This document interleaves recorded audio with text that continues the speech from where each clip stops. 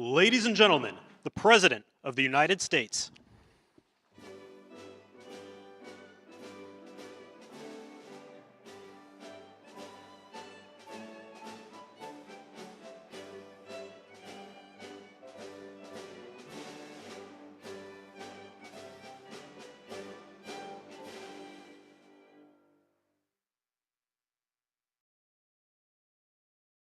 Nice group. What a brilliant group and a nice group. Nice to see you all. Thank you very much. Please sit down. Hold it. Have to be a gentleman. Yes, thank you, sir. Always. So we have a lot of press outside. I thought maybe we'd talk to friends before the press comes in. I don't know if the seat can be any lower. I think Bobby set it up.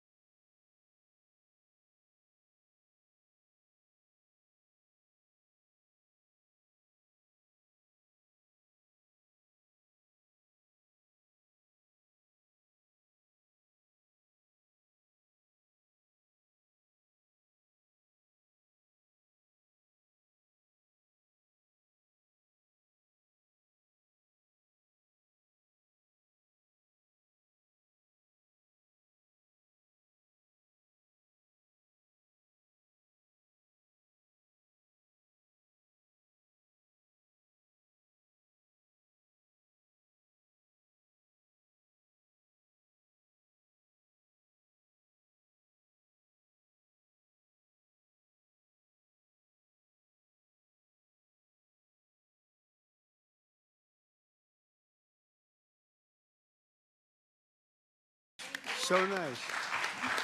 Thank you. Very nice.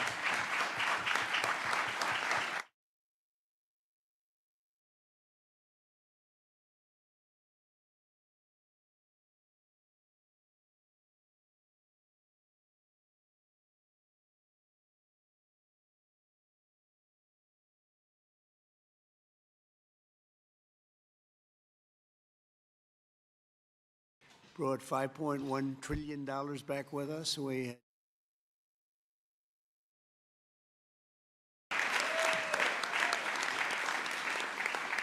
Our country is hot and hot as it can be. It's amazing. If you go back 6 months, it was cold as could be.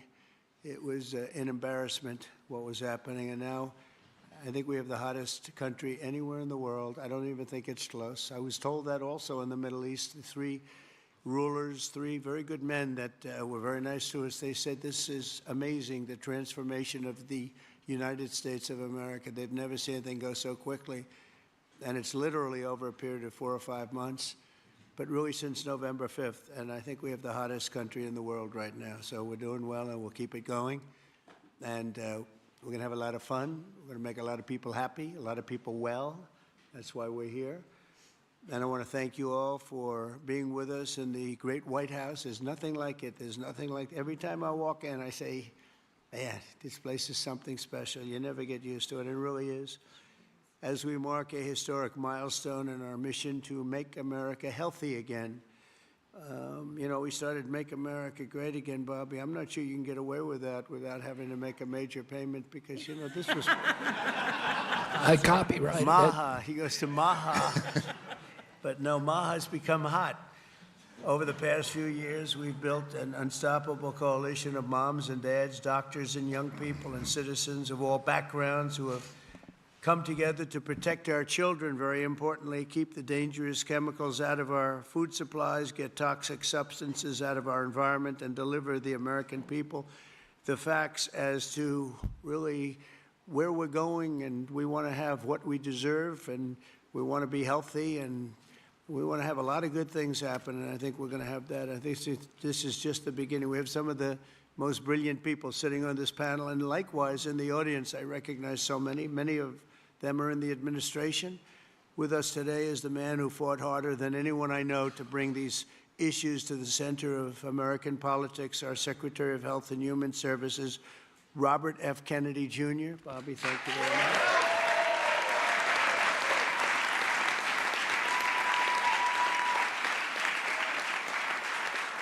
And we're also joined by Secretaries Brooke Rollins, Scott Turner, Linda McMahon, Doug Collins, Doug Burgum, Lori Chavez DeReamer. You're doing a very good job, Lori. You know, considering she's a Democrat, you know. The unions say she's really good. I did it. You know, I took a lot of heat for doing it, and then they were all saying what a great job we did. Now everybody's happy with you. Great job. Thank you very much.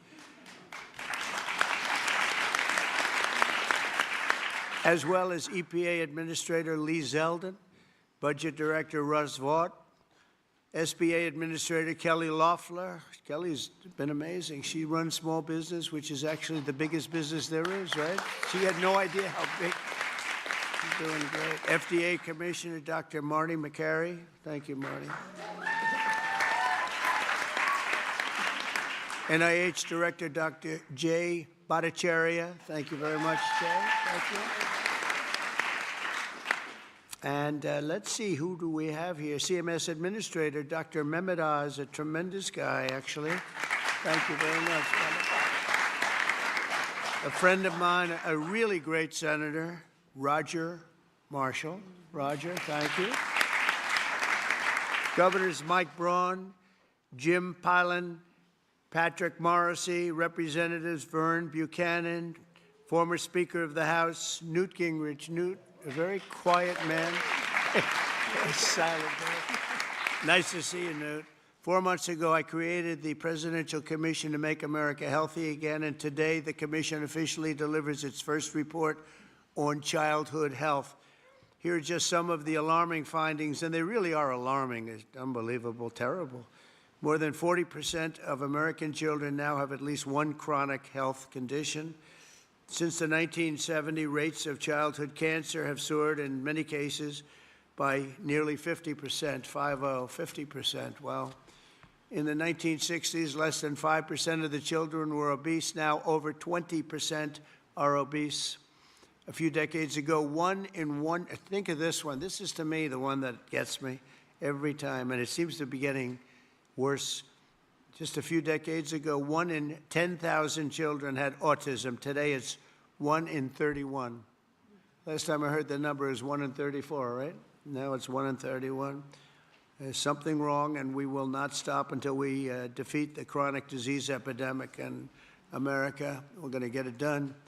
For the first time ever, this report examines some of the root causes that many believe are making our children sicker and our population sicker, I guess. It just doesn't stop with the children. It's our population also, such as the ultra-processed foods, over-medicalization and over-prescription and widespread exposure to potentially toxic chemicals. Unlike other administrations, we will not be silenced or intimidated by the corporate lobbyists or special interests. And I want this group to do what they have to do. We have to spell it out. In some cases, it won't be nice or it won't be pretty, but we have to do it. When you hear 10,000, it was 1 in 10,000, and now it's 1 in 31 for autism. I think that's just a terrible thing. It has to be something on the outside. It has to be artificially induced, has to be. And will not allow our public health system to be captured by the very industries it's supposed to oversee. So we're demanding the answers. The public is demanding the answers, and that's why we're here. Already we're phasing out 8 of the most common artificial food dyes.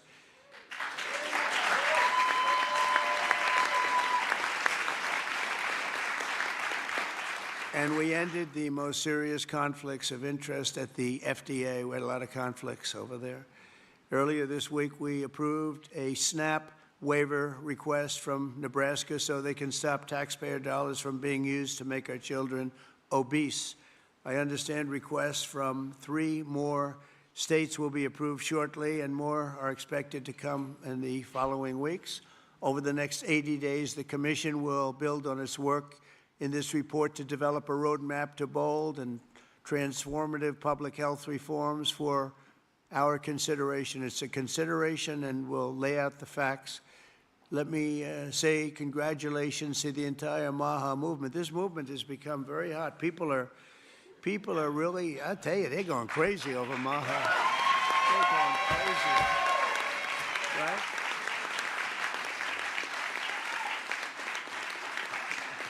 And I look forward to continuing the historic progress. And I will say this whole group, this whole table, they're very, you know, I use a word that's, because it's a beautiful word, actually. The Democrats took it and they used it instead of the word liberal. They used the word progressive.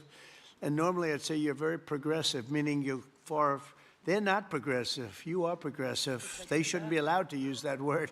And and so therefore I'm not going to use it to describe you, but you are far forward thinkers. You're amazing thinkers, and we appreciate having you. It's this tremendous talent around this table, the most respected people anywhere in the world, actually.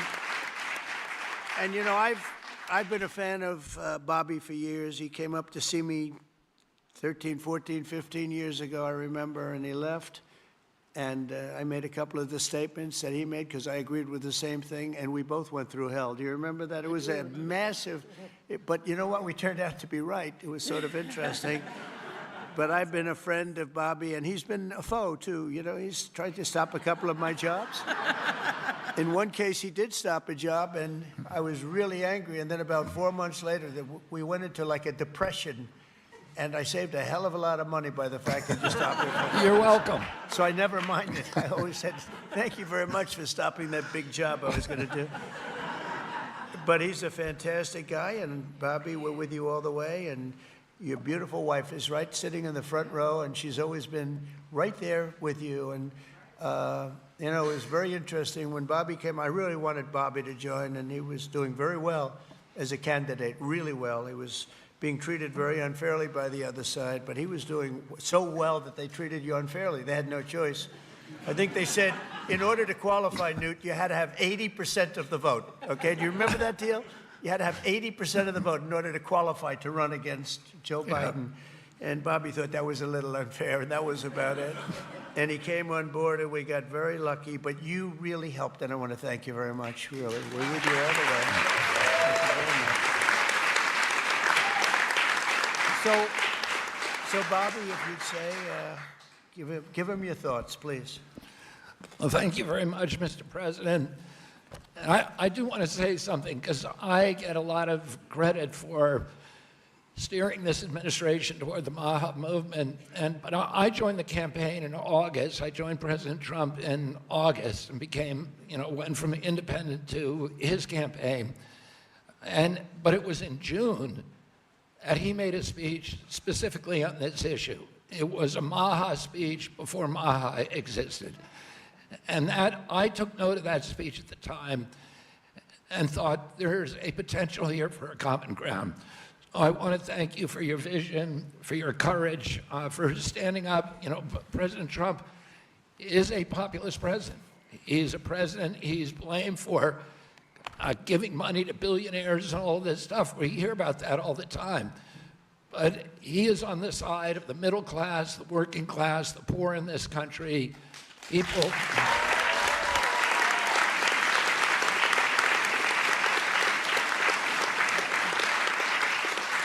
And I've been following, I've met every president since my uncle was president.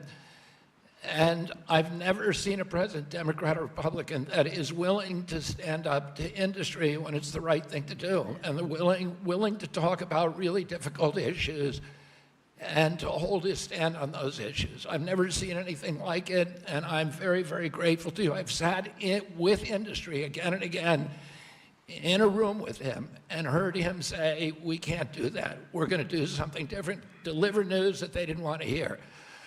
Oh, I'm grateful to this. This is a milestone. There's never in American history has the federal government taken a position on public health like this.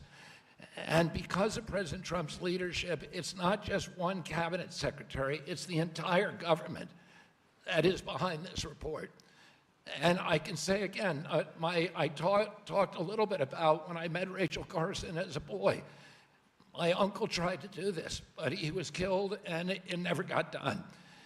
And ever since then, we've been waiting for a president who would stand up and speak on behalf of the health of the American people and say, there is no difference between good economic policy, good environmental policy, and good public health policy, and good industrial policy. We can have all of them, but we need a united cabinet, and we need to go forward as a single people. I want to thank you for that, President Trump. Thank you very much. Thank you.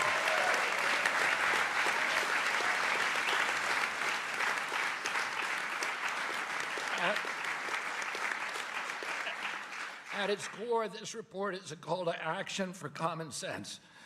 We've relied too much on conflicted research, ignored common sense, or what some would call mother's intuition. It's common sense that ultra-processed, nutrient-poor food contributes to chronic disease. It's common sense that excessive screen time and isolation lead to anxiety and depression, especially in children. It's common sense that exercise and healthy food should come before prescriptions and surgery. It's common sense that not all calories are equal in nutritional value.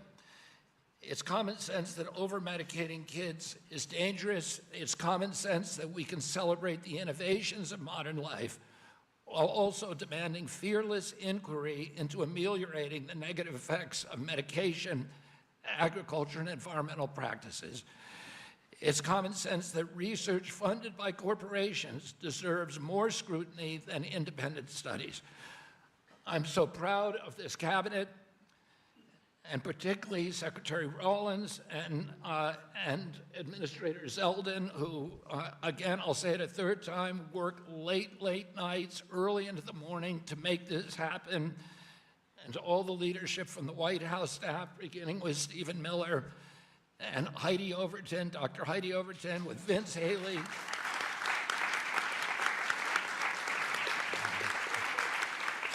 Their leadership and their steady hand in getting us to the goal line we could not have done it without them.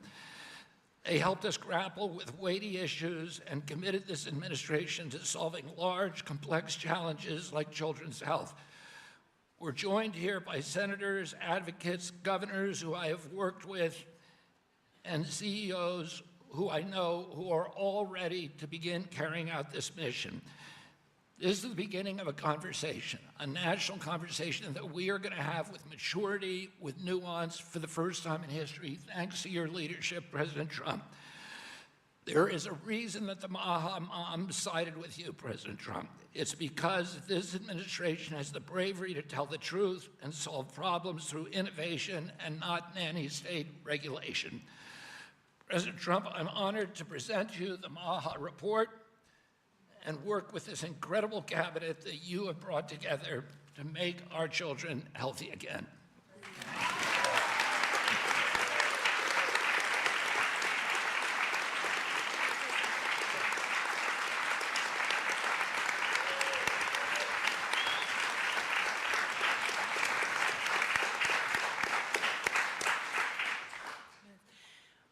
Three things. First, on behalf of an extremely grateful nation and on behalf of a lot of extremely grateful MAHA moms who are out there, Secretary Kennedy and Mr. President, thank you. I see a MAHA mom and grandma and our amazing Chief of Staff right there, Susie Wiles. I see a MAHA mom and Caroline Levitt all across our cabinet. Sir, my oldest son, Luke, is here. Stand up, Luke. I am a MAHA mom of 4. And this hits particularly close to home for every single one of us in this room. That's the first thing. The second thing is that you mentioned, sir, in your remarks that we are on track to sign multiples of SNAP waivers to get junk food and sugary drinks out of our food stamp system. And I am so proud.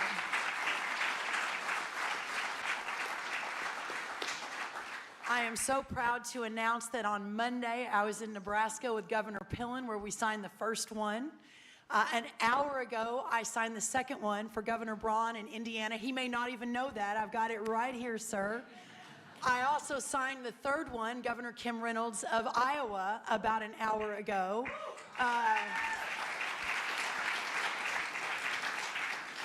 With a half a dozen more coming down the line. And sir, that has never happened before. Under Republican or Democrat administrations, we have never made that happen before. So I am so proud and so grateful for your leadership. We have Governor Morrissey here, who was the first one to apply from West Virginia. Oh, Governor Morrissey.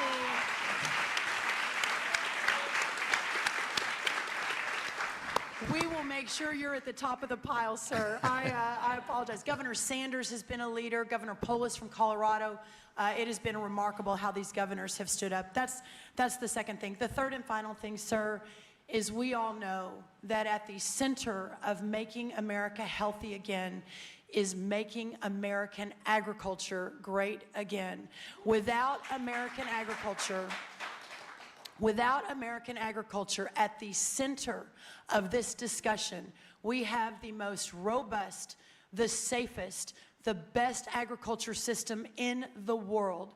And in partnership with the amazing Secretary Kennedy and all of these incredible patriots sitting around this table, under the leadership of the extraordinary President Donald J. Trump, we will make America healthy again. And what an honor it is to be a part of that. Well, thank you, sir.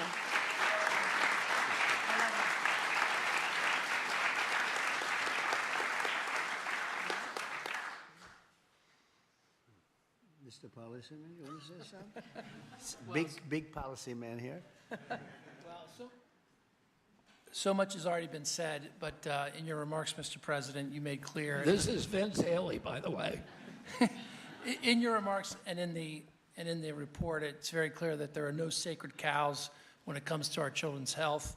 We are showing the courage to turn over every stone to figure out, to investigate what is behind the chronic childhood disease crisis, and that's what this report represents, sir. Thank you, Vince. Thank you very much. Are you wanting to have other people speak? We've had everybody speak. Oh, good. Most have already spoken. That's very good. But the fake news wasn't here. What's going on? I mean, Oz, I want to thank you for your work. Would you have anything to say to the media? Thank you, sir. I think it's a moral failing if we don't address this, but it's definitely a financial failing as well. 50% of children are on Medicaid or on the CHIP program. It is an obligation we all have to address this reality. As you know, the cost of Medicaid has gone up 50% in 5 years. Right. I thank you very much for having the bravery to commission this report, and Secretary Kennedy, Secretary Rollins, Lee Zeldin, and everybody else on this panel for being able to effect what has not been done since this law for Medicare and Medicaid was written in 1965. God bless you. Thank you very much, Oz. Thank you.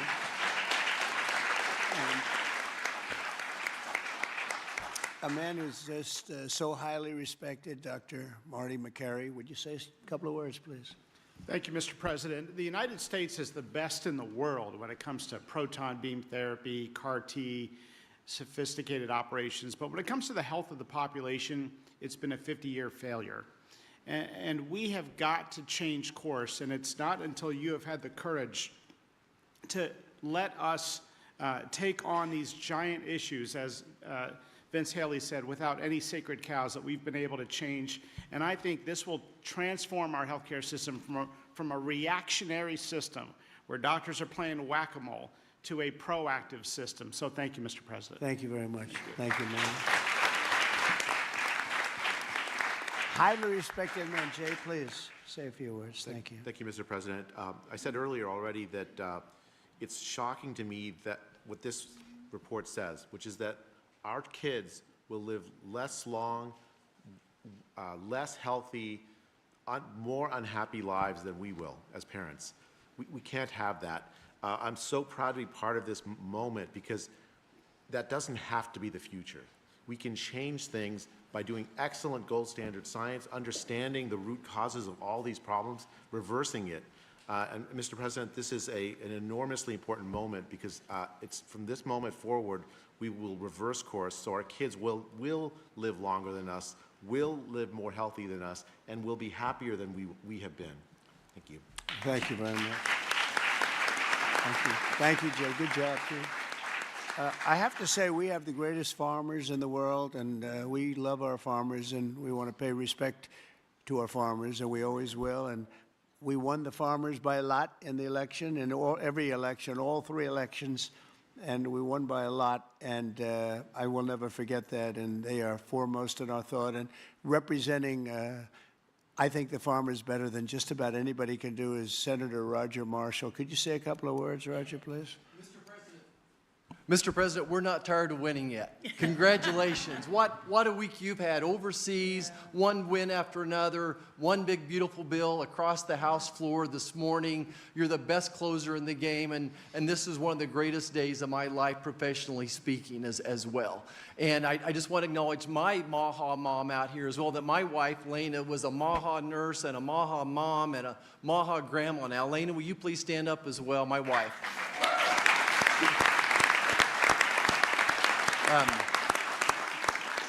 Mr. President, as you know, I spent 25 years delivering babies most every day. We saw a huge epidemic of diabetes, of pregnancy, and this has exploded in so many different directions now. We have an epidemic in mental health in our youth, obesity rates 20, 30%, 20% of our children on a prescription drug, 60, 70% of adults on a prescription drug. We can do better than this. And it does start with the farmer. It starts with soil health. And I just want you to know that our farmers are so committed to this as well. And so many of them are already doing great things. They're making the soil healthier. They're using less pesticides. They're doing all the right things. It's going to take a little bit more effort and time to get everybody with those practices. But the American farmer and rancher were the original environmentalists, the original conservationists, and they'll be right here working beside us, and we appreciate your support of them as well. Thank you, Roger. Great. Thank you.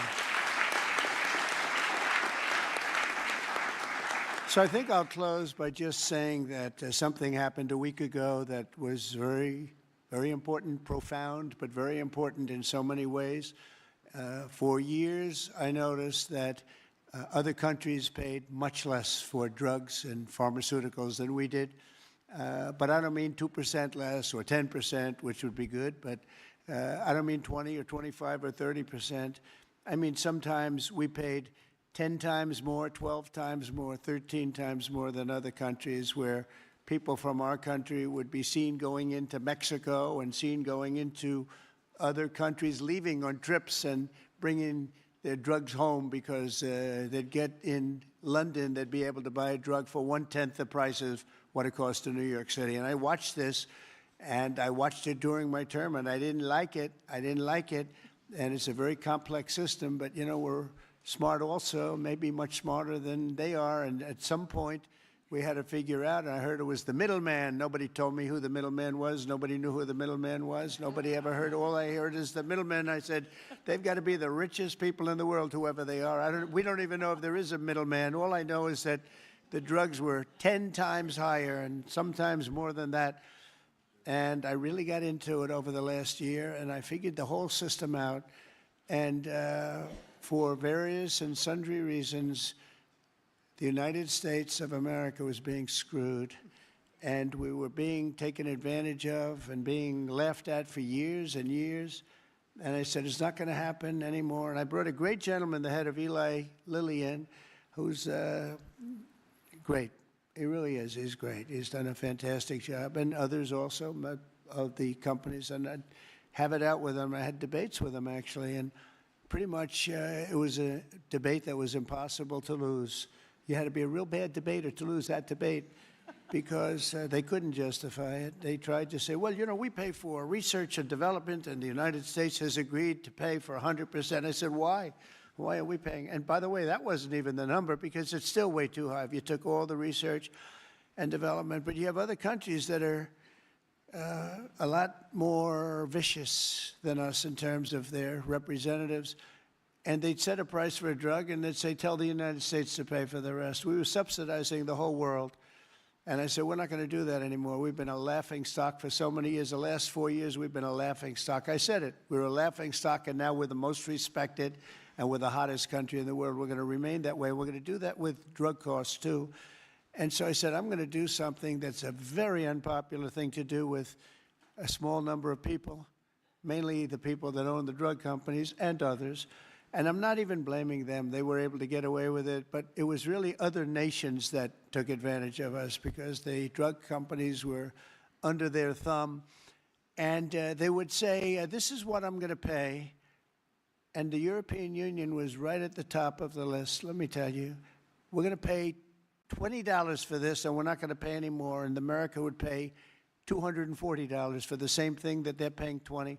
They said, tell America to pay for the rest. And for years, they went along aimlessly, and they did it.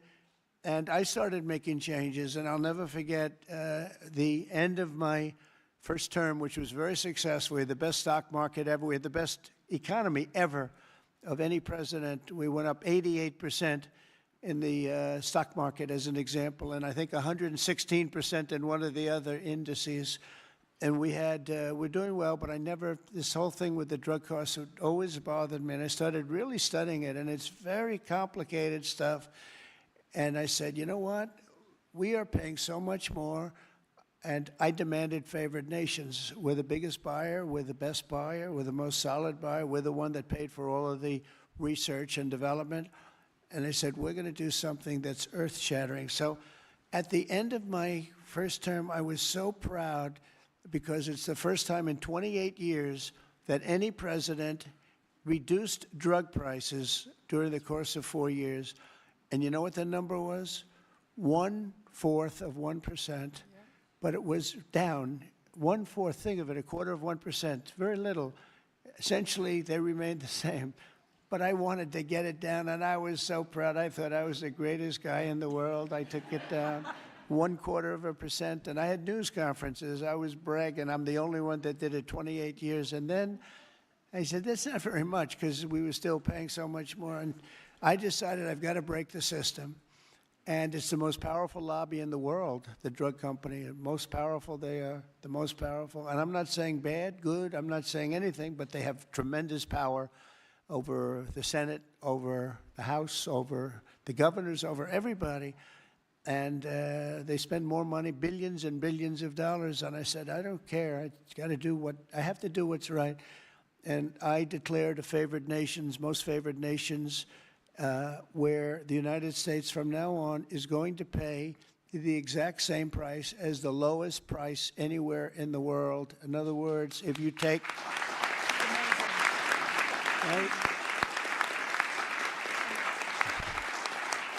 In other words, if you take the country that's paying, and let's say in a certain part of, there may be some country out there that pays a little bit less for very good reasons because of the fact, a thing called poverty or whatever. But we take the lowest country, say European Union countries as a whole, that would be fine. Or take individual countries within the European Union, or take various countries that nobody's even heard about. We pay the lowest. And what that's going to mean, and I'd like to put somebody to police it because it should start immediately. It shouldn't start in 2 years, 3 years, 5 years. They'll say, yes, it kicks in. They always say kicks in, Marty. It kicks in, sir, in 4 years, and then 4 years they get it changed. It should mean, so remember I told you I was happy with 1/4 of 1%. It could mean anywhere from 70% to 89% reduction in drugs and pharmaceuticals. That's a little different, right? And I've actually had some congressmen call me and they say, sir, can we talk about this? I said, no. They wanted to talk because, there's tremendous power against them, and I understand that, and every one of them was covered. Senators were.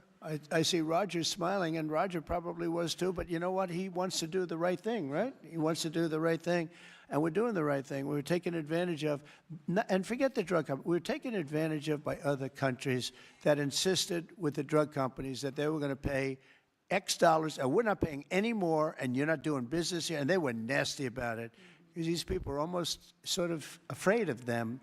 And we are going to now get a reduction in drug costs of up to 89% in some cases, but 50% would be a bad number.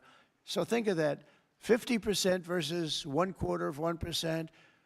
Think of that, 85, 89, 91, 72%. It's going to be massive numbers.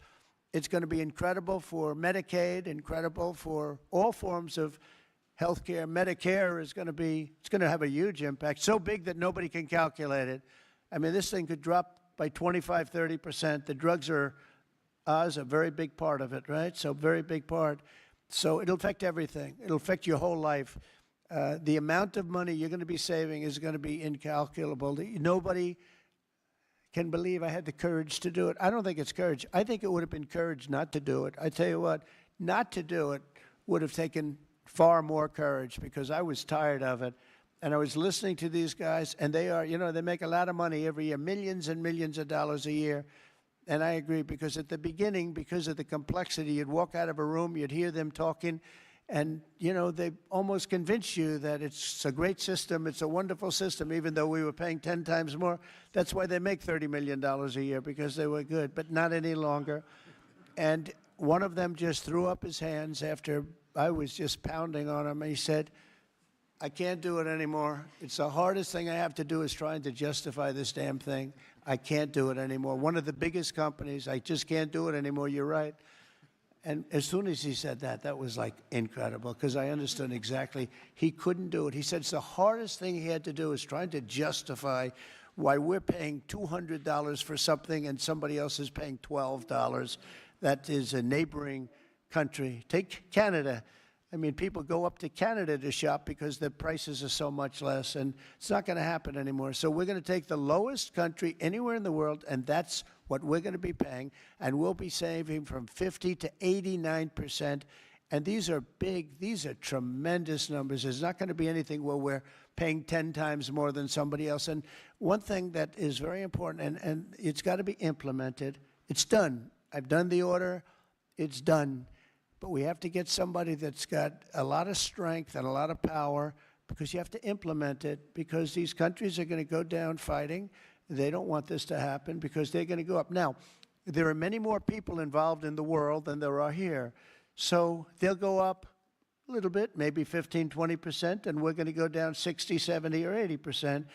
But they will fight the drug companies. The drug companies are very worried that they're going to fight, and that's okay. If they fight, we'll just say, that's okay. We are not going to let you sell any more cars into the United States, or we're not going to let you sell any more wine or liquor or alcohol or something that's actually much more important to them than the drugs. And we're going to be able to force that issue if we need to. They should do it. We're basically equalizing. They should do it. And, you know, the drug companies should do just as well. This shouldn't be a hit on their stock. I don't think it will be. It's basically, it's going to be the same amount of money, but it's going to be redistributed. And it's going to be redistributed, so they're going to pay a little bit more, and we're going to pay a lot less. A little bit more because there's so many more. So, you know, it's a bigger number.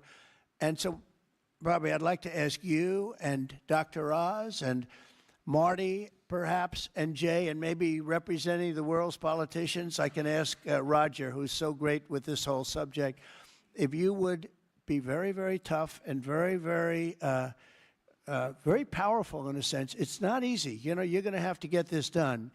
The drug companies are going to say, well, they won't do it, and maybe they won't. And if they don't do it, we're going to not do business with that country or those countries. But we're going to have to be very tough until it's totally stabilized and equalized.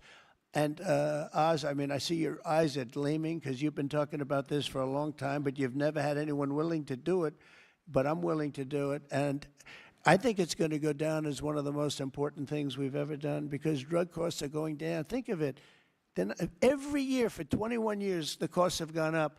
And now they're going down maybe by 85, 89. I'm telling you, 89% in two instances, 89% cut. Nobody's ever seen anything like it. So I'd like to ask Oz in particular, because you and I know each other. He's a very tough hombre, this one. He's tough as hell. And so if you can lead the group, and it's not going to be easy. You're going to have to get in, and you're going to have to fight. If you do it, you can have, within a period of weeks, you can have drug costs that drop like a rock, okay? So you, as a group, I have great confidence, and if you don't do it, I am firing every single one of you. Good luck, guys. All right? Can you handle it? The companies are all coming in, and The companies are all coming in. We've had some very promising interactions. So Okay, good. I give you a you're little gonna time be to be the a tough ones. hombre.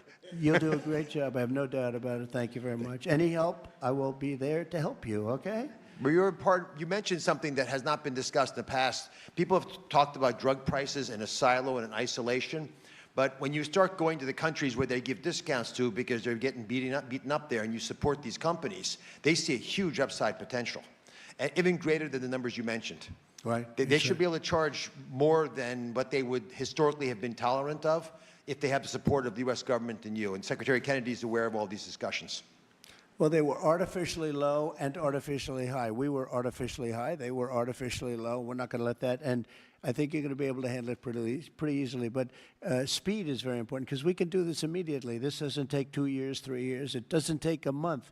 So do the best you can. Thank you very much. Thank you, everybody. Thank you very much. Thank you, Bobby. Are we concluded, Bobby? Yes. Go ahead. Why don't you Thank you, finish it Mr. off? President. Let's all give a hand for President Trump for his leadership. Thank you.